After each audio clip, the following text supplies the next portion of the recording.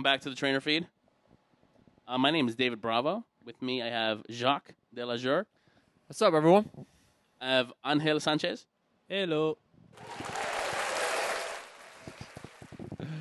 And today, we're going to be discussing an article that we skimmed over. Maybe somebody read it. Disgusting. I didn't. Disgusting. What? You said disgusting. It does sound I disgusting. said disgusting? Yeah. I meant discussing an article that I skimmed over. I don't know if these guys read the whole thing. And you sent us the article too. I read the yeah. summary and everything, but it was by Greg Nuckols, who was the founder and he runs the blog and website called Stronger by Science. He's a power lifter. I've seen a lot of his videos, very informative. Really no bullshit. He just goes right to the science. And I think everybody should definitely check out his website. The article was about body measurements. It was about like composition measurements, body fat measurements, lean mass measurements. And he mentioned a couple of varieties and a couple of options that people have when they want to do that. And what the standard of error could be when it comes to making these measurements and if they're important to make. You know, because there are some times where I think a measurement, I think somebody focuses too much on the number on this measurement and not focusing enough on how they feel and what the number is on the bar. If anybody wants to talk about what they do with measurement. I think the really the part I want to really highlight that you kind of mentioned about the discrepancy with there being, I can't remember the word they use, the window of variance of what someone's body fat percentage or muscle mass can be when they come back on the Inbody. I know, Angel, we've experienced this when we would do assessments at one facility and come back and do assessment at another facility with an Inbody, and it could be different of 5 to 10% difference in body fat and muscle mass. It's just what the article also speaks about. You know, it was a little bit enlightening to hear that it wasn't just us experiencing this. This is very much the case in the whole industry. And I think that just makes it hard. And that's what the article is really honing in on. It's just, it's very difficult to, not difficult to track progress. I think he talks about different ways of tracking progress, right? The Inbody was one of them. And he gave the example that if it's for an athlete, you don't really want to be looking at your muscle mass or percentage body fat as if Like 3 examples, I think. But if you're an athlete, that's not your measurement of progress typically. It's about how you're performing, Exactly. you know? And then I think they said for bodybuilders, aesthetics and progress pictures were the better one. And it's happened to me recently where someone did the Inbody, then the Fit 3D, and like within a couple minutes of each other. So it wasn't as though we did one before eating breakfast and then one after a big meal and lots of water, so that can be a different fluctuation of numbers. It was within a couple minutes and it showed 2 different numbers. And this person, I remember, was not very happy about it. And she was like, we're actually very upset about it. And I said, I don't really know what to tell you. And It's not like it's your fault. I mean, like I rigged it, so she pissed off. It's like, but that's just that. I think it just comes into nature when you have these conversations or these assessments, people to just say, hey, take it with a grain of salt.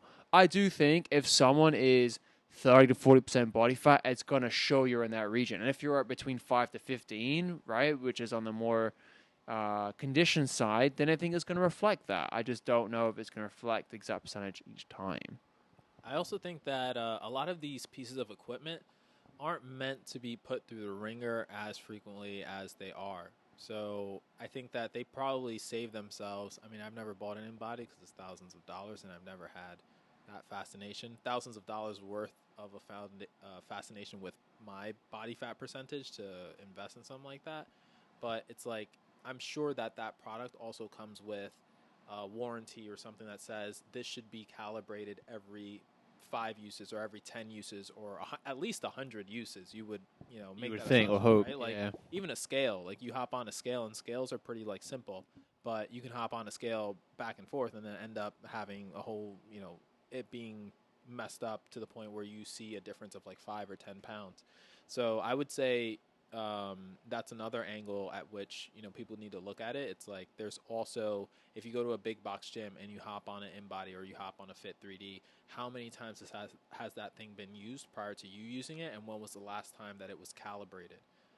Because we wouldn't. I mean, we wouldn't necessarily know the calibrate. Yeah, at TRX as well, when the AMR and RMR stuff to measure the gas exchange that gets too. calibrated. Usually, I think the manager, but I can't remember the frequency because we don't have one in our club. But like they did tell us, but that was something that was in terms of measurement taking. That was one of the first times I heard that was an implementation of having an occurrence. Sorry, of the calibrations, honestly. So yeah, that's a very good point. That are these things being calibrated? Are these things? And even you just mentioned the scale. I just thought of another story. Actually, I think I told you guys already. There was an old client who passed away kind of recently, but he also told me about how he preferred the scale at the club to his house because that scale showed he was lighter. And I've had other people also say that. So I thought it was kind of funny that they would say, "Oh no, I don't want to believe it," or I always laugh when I see people take off all their clothes and jump on the scale. Like, are we really getting? Are we getting that clothes? How much your clothes weigh? Are you if you're wearing that 2 pounds. that weighted jacket that Angels got, which is how many pounds again? 70 pounds. 70 pounds. Yeesh. I don't know. All I'm saying Just being a is troll, but keys and phones make a difference. Keys and phones, Jesus. No, but that's fair. I didn't say. I don't know. All I'm saying is, if you're one of those three people and you have different ways of measuring how you perform and what you look like, and if you are able to separate performance and aesthetics, you could, I think, a lot of people will be a lot happier. Just because, necessarily speaking, aesthetics don't necessarily mean performance, and when you're trying to be a performance athlete, you could look so many ways, right? I mean, and that all depends on what it is that you really want in life, and then it also goes deeper into how your mentality works and what it is that you think of, what are triggering words that people don't like to hear. For example, your client that got mad at you because one scale was a little off. It's like years of trying to conform to a certain standard of how you look based on just other people's opinions really could fuck with you, right? It's like, oh shit, I'm 135. I should be 130 because of X, Y, and Z. And if you look at a 5-pound difference, could just be you going to the bathroom, or just walking in one day, sweating a little bit, going to the bathroom. You necessarily won't look the same, but you just went to take a huge dump, and now you're like 3 pounds lighter. That is a very huge dump. I always go like the South Park episode. Is it like, oh yeah, that's 30 currents? That South Park episode always makes me. Well, that's the thing. Like, generally in a day, your body weight can fluctuate between 3 to 6 pounds. Yeah. In poop, water, sweat. But it's like anyone who tells me they're trying to be at that weight as well, my first response is, "Are you still eating? Are you still eating enough food?" Because you can get to that weight. And actually, I met with someone yesterday at the tail end of for a results review, and I said, "This is really good, by the way." What is it? Zoa.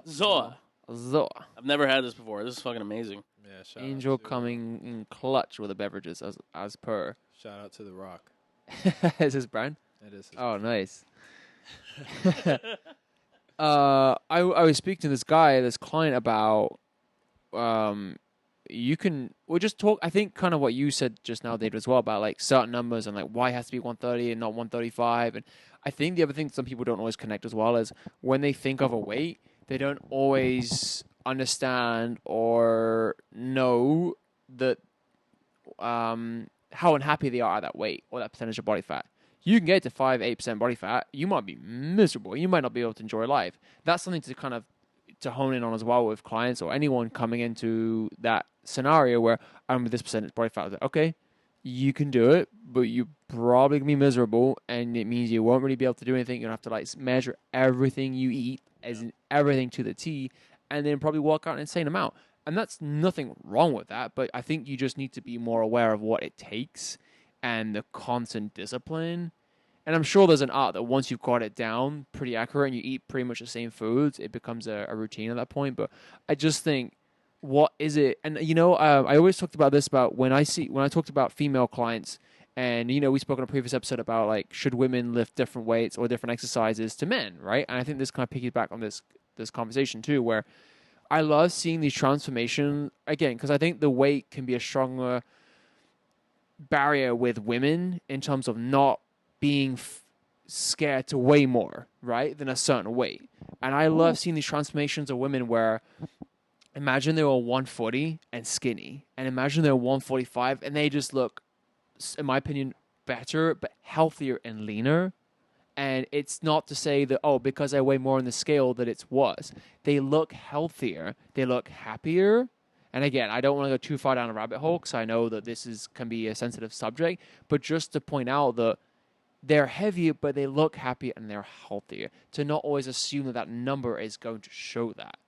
To show that the lower number. Yeah, it's hard because it's subjective too. Right. And then it's like, then you have all these other challenges like body dysmorphia where you see yourself differently. And that happens with a lot of people. I've Like struggled with that. how many times do you look at yourself in the mirror or you see something like you're walking past like a store and you see your reflection and you're just like, I didn't, either for better or for worse, like you didn't think that you looked that way.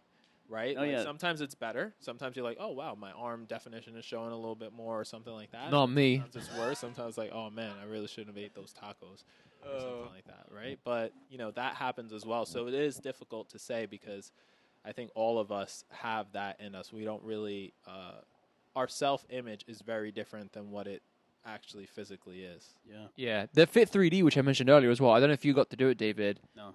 But I don't have friends in the TRX program that hook me up with that. Savage. I can hook you up. What? Ask. I'll hook you up. But Weren't we supposed to do that? Yep. we did the questionnaire. I can still take you through it. Now you just can't get the excuse to be like, oh, I'm busy. Well, I'm sorry, I'm in school. That's easy. What was it before though? I'm at rugby. Before was the times that you guys had available, I didn't have available.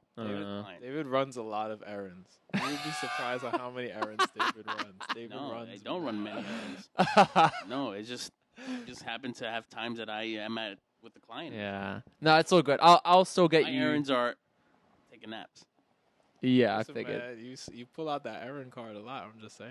I'm running I've errands. never pulled out an errand card. What? All right. Never. All right. It's always either talk I'm about it busy offline. or I have a client. We gotta play about the takes. I think there might be a couple. Yeah, there are a lot of Look at errands. go through the Right, text. I Look at was the like, team. gotta do some errands. What day? Yeah, I got some errands. I got very. That day Yeah, I a lot. can't. That day I can't. 2 weeks from now, what day is that? I can't. David is hard to say. What was the last I was gonna say? No, we'll take. But anyway, the Fit 3D, right, Angel? So it gives you a 3D picture, hence the name, and it shows you the circumference. So the idea is it saves you having to do. That's the other thing as well. They mentioned in the article is caliper measurements, and now the only.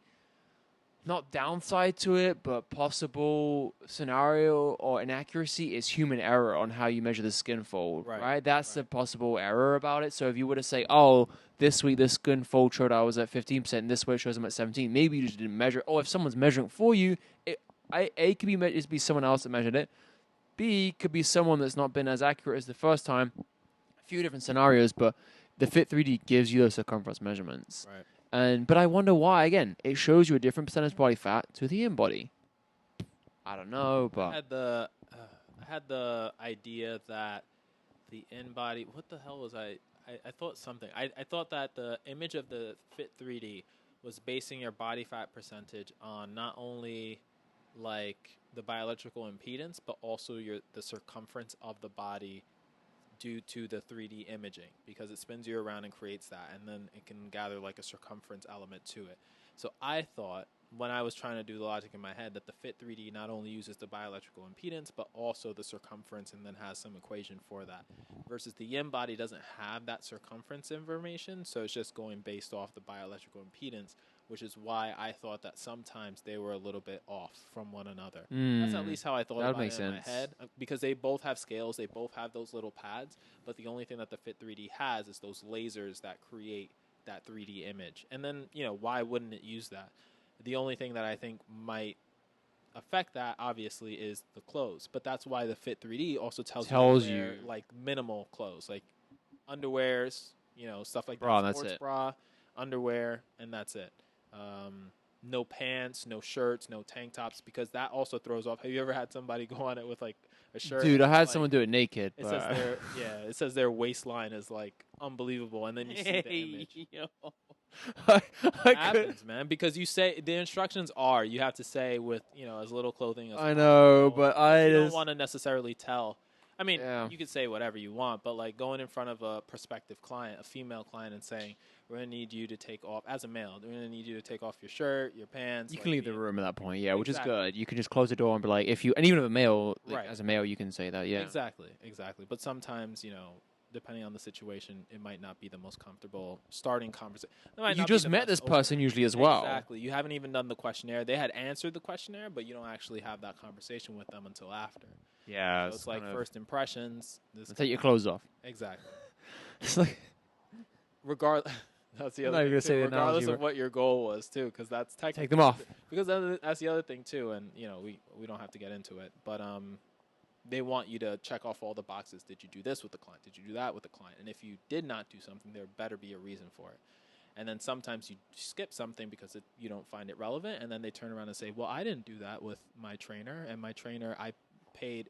Technically, they didn't pay. Yeah. It's a complimentary thing, but it's the estimated value of X, and I didn't get that. But whatever, we'll hatch that when you guys quit. There are things that I skip over.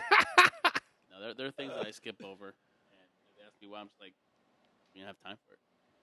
Yeah, wait until those emails start rolling. Yeah, I won't say it live, but the person that wasn't happy was someone that had something follow up like that. And to tell you the truth, I will tell you on live, and I'm not fussed. That was the end of the interactions. There was nothing further. Yeah, clients want to. I don't know, man. Sometimes when you have those people who just want to They got energy for it to just be Yeah, negative, to and be it's negative. And it's like, how do you get to the place that you are professionally while doing that at the same time? But I guess that's what it is. They're like cutthroat, and they're like writing, That's essays fine. about how you messed up or how you didn't do something and how you don't live up to the expectation of blah blah blah blah. But if you're a trainer listening to this, whether Yeah, tier you're going to or whatever level you're going to, always communicate to management, and so that you tell them the full story. Be honest, so then that way, if anything comes back to you, you can say, "Here, as David mentioned, unfortunately we didn't have time." Yeah. Little factor: the person showed up 15 minutes late. Right, Yep. that person complaining might not mention that in the email or the text, whatever it is. But if you say, "Hey, unfortunately," or the fit room was double booked. Yep. So we that only happens. got to do half it in the room, which happens. It's a busy club. Yep. We did say, or I was looking to do it at the start of the next session, which is not ideal. But usually most people who are understanding, who are going to see and work with you for long term, go, Yeah. hey, if we do another 15 minutes in the next one, whatever, it's not a big deal. Yeah. People should usually, like 95 to 98% of the people in the industry, when it comes to clientele, Yeah. trust you, trust the process you take them through. And they're not like, they don't feel like you're going to cheat them out. Like, it's just, it happens, unfortunately. Give them But the again, option to do it. and then you give them The the option Inbody. too. I'm like, hey, we have this option to do this assessment with, a measurement of your body fat and lean muscle, or lean body mass. If you like to do it, we could do it. If not, there's no issue. Some people don't even want to do it. Yeah, that's true too. Saves you time. But also, it's like, if you're a person that's super insecure and shy and very just what do you call it, introverted, and you go into this room with somebody that Never met. appears to be a professional, right? It's like, and they're like, "Oh, we're gonna do this. Go get on the scale." It's like, maybe they don't want to. Maybe they don't like the number on the scale. Maybe they just don't like the scale. Maybe that's not the thing that they want to do. And sometimes people are like, "Oh shit, okay, let me do it because I don't want to make him mad or make the trainer like annoyed." So I just give them the option because I know there are a lot of people that don't like to do that stuff. Yeah. Yeah. Want to wrap it up? Yeah. Let's wrap it up. All right. Summary, Inbodies, and different tools can be used to measure different things. So make sure that it is specific to that person's goals. So whatever you're doing, make sure that it aligns with their goals.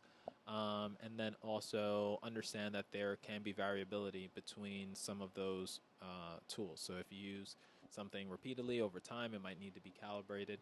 So maybe if you're a trainer and you're going after prospective clients and you run into some of these stumbling blocks or these obstacles, maybe you can start to preface your conversations with your prospective clients with the fact that either this equipment has been used like a lot or it hasn't been calibrated, or like I prefer to use skin calipers because I'm in control of that, and just have those conversations with regard to that. So that way you just don't get caught after the fact, seeing like a 10% difference in body fat or lean muscle mass, things like that. And then, just control your business and do what you got to do. That's it. Cool. Yeah, sounds good. Thanks for listening, team. What team? Thank you. Thank you for listening, folks. Thank you all. Peace. Peace.